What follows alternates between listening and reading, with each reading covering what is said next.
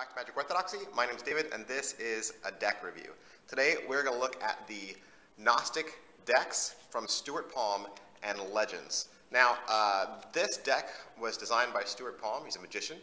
They were printed by the Legends card company, and they were illustrated by Lawrence Sullivan. You might remember Lawrence Sullivan from some of the other decks, including the Legends 1st and 2nd edition, some of David Blaine's decks, so pretty well-known deck designer. Today I'm going to look at the Rose Gold and Lapis Blue. There's another color. There's an exclusive red edition. It's exclusive to Conjuring Arts, and I didn't pick that one up, so no review for red.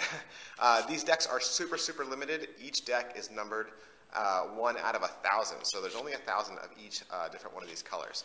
The really cool thing about these cards is that Stuart Palm, the creator, the designer behind this, he did all the design work himself. He painted the imagery himself. So every image in the back design, the Ace of Spades, the Jokers, it's all been hand-painted by him in ink. And if you're not familiar with Stuart Palm, he is a magician, he's a mentalist, but when he's not doing that, he's also an illustrator.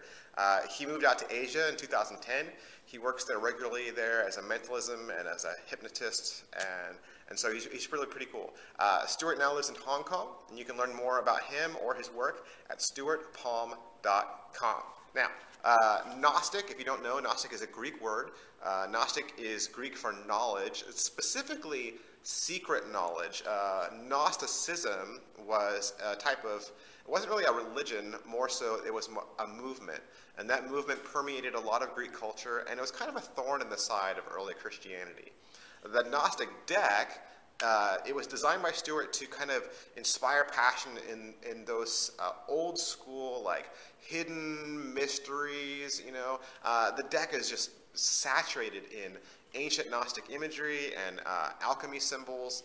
The elements of the design they're a product of both Stuart's research in Gnostic imagery and his love for hidden knowledge and ancient wisdom. I think Stuart designed this deck to inspire a sense of mystery a lot in the ways that a tarot deck does. You know, when you bring out a deck of tarot cards, there's kind of like this ooh-ah kind of feeling that you get knowing that these are cards that are used to predict the future, tell somebody's fortune, you know, predict something that will happen to the answer of a question. So there's something about myth and symbol and story that kind of touches on a layer of the subconscious that I think Stuart really is drawn to, and I think he will try to include into this deck, because this deck is just built around imagery. There is a ton of psychological forces and mental forces that are built into this deck all through imagery. You could do maybe a 20 to 30 minute routine just on what is in this deck, and so that's pretty cool. And if you want, if you pick this deck up from Stuart Palm, he's got a 30-page PDF that you could purchase in addition that could tell you how to do these routines and how to do these effects. And I don't think you could pick this deck up and just find the magic with it. I think you really need that extra book. I know when I read through it, it really opened up a lot of the deck to me, and I think it's a great tool, and I would definitely recommend going down to stuartpalm.com, picking up a couple decks from him and the book just to kind of put together a little mentalism routine if mentalism is something you're drawn to. The Gnostic deck itself says Gnostic across the top. You're going to notice that both decks are covered in foil depending on their color. So the blue deck is blue foil and the gold deck is gold foil. There's an owl symbol at the top and with the all-seeing eye there in the center. You've got the globe, the earth, on columns with exploding light there. On one side of the deck there is a Latin phrase, Gnathi Sieton, which is know thyself. And on the other side, you have 4 alchemy symbols, each one representing a different element. So you have earth, fire, wind, and air. That's pretty cool, because built into this deck then, you also have that same setup on the bottom. I don't know how well the camera picks it up, but you have the same alchemy symbols on the bottom, and there's a circle around one of them. So it becomes a little prediction force that you can do with the deck. You can hold the deck towards somebody and say, hey, you know, you can pick which triangle are you drawn to, the one going up, the one going down, the one with the line through it, yada, yada, yada. And then you can show them that there's a prediction on the bottom. And a lot of decks tuck cases do this now, where they have a reveal on the bottom in the UPC, and Stuart's just taken that same idea, but he's tweaked it to have like a mentalism thing. This tuck case is as tough as it gets. It is rock solid. This is one of the strongest tuck cases I have ever seen in my life, and it's pretty much due to the foil lining on the inside of this. Can you see that? Can you see how shiny that is? This thing is so reflective, it's as strong as a mirror. I mean, literally, you can see your reflection in this foil. And so it's wrapped all the way around the inside of this tuck case, and it makes it incredibly tough. Like, I could sit on this deck with it in my pocket and not have to worry about squishing the deck or the tuck case. It is that strong. When you put the flap back in, you really have to force it. I mean, this is a strong box. So, I mean, that is really cool in itself. I always marvel at how beautiful tuck cases are and how much art goes into it. And then coupled with the fact that they're so flimsy, it's kind of depressing, you know, that you have this flimsy box that ends up breaking and, you know, showing signs of wear and marking and scoring. This box will take a beating. This box is like one of those super phones that you can drop in water. I mean, it's not that cool, but it's pretty darn cool. And that's what Stuart wanted when he designed this. You know, he wanted a tuck case that would hopefully avoid all the common problems that that you get from having a deck that's sitting in your pocket. So the Gnostic tuck case is extra thick. It's lined with gold foil, and it glimmers. So that's really cool. The rest of the tuck case, you're going to get a custom seal, custom legend seal across the top. On the top of the box says that the cards are diamond finish. There's a little bit of ad copy on the bottom, and of course, a reversed mirrored image display of the back design on the back of the tuck. Well, so here's a close-up shot of the gold deck. It's gold and black. It's tuck case and back design. Here's a little close-up of the gold that's inside the tuck case. It's totally awesome, really thick. And here's your close-up of the blue back design and tuck case. As you can see, that white really helps the blue pop. That's pretty much it for this tuck case. Let's take a look at these cards. The cards themselves, they handle beautifully. They can ferro right out of the box, and they're going to last you a really long time. The deck, like I said before, was printed by the Legends Playing Card Company in Hong Kong. And so the card stock and cut are the same used in the Legends 2nd edition, and they have the same diamond finish texture that Legends is famous for. Diamond finish has a linen look to it. If you look closely, you will see the linen look, but it has a smooth feel. And so if you kind of picture that coupled together, that's what you're going to get. The deck itself, the pips and indices, the faces, the courts, they're all going to be completely standard. Standard layout, standard colors, standard imagery, nothing too surprising or shocking there. But it does make for a very useful tool to have. I think whenever you have a deck that has both a unique back and a unique face, I think that might set some of your laymen and your spectators off a little bit. You know, they see cards that they can't trust or they're unfamiliar with it, they're going to think that you have a trick deck. And so I think the back design coupled with the familiar faces makes for a wonderful tool that you can use in your Magic routines. I'm going to go with the back design on the blue cards. I think the blue design is the best of the three because it has the white elements, and the white against the blue really helps the design to kind of come to life, and I think you can see a lot more of the details.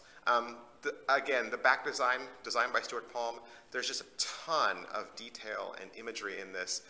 There's a lot to look at, a lot of really small, intricate nuances going on in this deck that you could probably stare at for hours. Whip out a magnifying glass, you're going to find a lot more.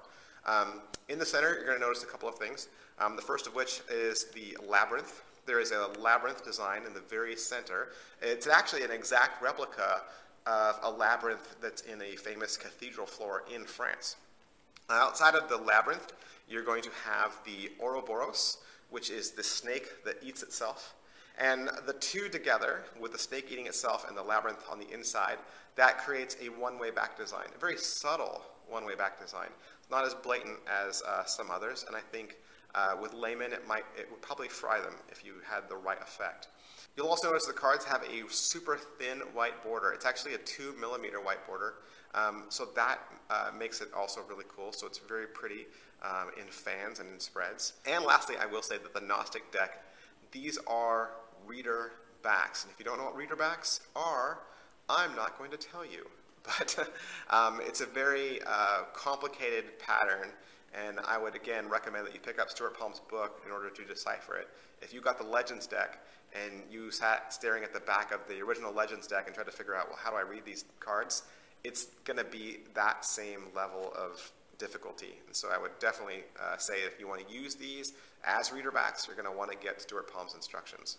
With this deck, you're going to get a couple of things. You're going to get a Gnostic Ace of Spades. It has the ace kind of pushed over a little bit, and it has the embodied caricature of Sophia, who is the goddess of wisdom, standing next to the ace. And there's a skeleton underneath there. There's also a number at the bottom. It says number 37. And 37 for magicians, of course, is a forcing number. It's a number that comes up easy in numeric forces. Another thing I'm going to say about the faces, and I'm only going to say this cryptically, the faces are also gimmicked in a way that you can reverse it and know that it's been reversed. It's a one-way face. And so much the way the Legends deck originally were a one-way face, this also is a one-way face. So coupled with the one-way back design, there's certainly a lot of ins and outs you can do with this deck that you can't do with a regular deck of cards, and certainly not with a lot of Magic decks. The other thing you're going to get with this deck is you're going to get two original jokers. Now, the image there is probably confusing or mysterious to some. That is Abraxas in the center. It is the name given by some of the early Gnostic Christians to denote the embodied form of God. And so Abraxas is sitting there on two snakes, and he's holding a staff in one hand and a globe in the other. And amidst all of that, and underneath that, is the abracadabra kind of saying underneath, and it's kind of been worded together in a way that you can use it as a force. And so there's a couple of different forces that you can use on these two cards, and I'm not going to go into that, but let's just say that they're there and that you can use them and they will work to your advantage in mentalism routines. Here's a closer look at some of the extra cards you get with the Gnostic deck. The court cards and the face pip cards are all going to be standard. You are just going to notice a little bit that the courts have a little bit of a recoloring, including a little bit of a gold foil, a dark gold foil that has some of the accents. Here's your Ace of Spades that depicts Sophia, the goddess of wisdom. She's coupled there with a skeleton because the Ace of Spades is also the death card. And these are your two jokers and joker reveals, and in them there is an entire myriad of mental effects you can do. Here's a close-up shot of the three custom court cards you get with the Gnostic deck. The first is the King of Spades. This is Lawrence Sullivan, and he is the artist of the deck. The Jack of Hearts, this is Stuart Palm. He is the magician and designer of this deck. And this is the Queen of Spades. This is a random woman that was accidentally left in the art proofs. She was originally designed to be a part of the Egyptian deck put out by Lawrence Sullivan, but she kind of ended up in this deck as a little Easter egg surprise. Well, that's it for this deck review. As always, we recommend that you like this video just so other people can find it faster. We recommend that you subscribe to this channel just to stay up to date on the latest in cards and card magic and mentalism.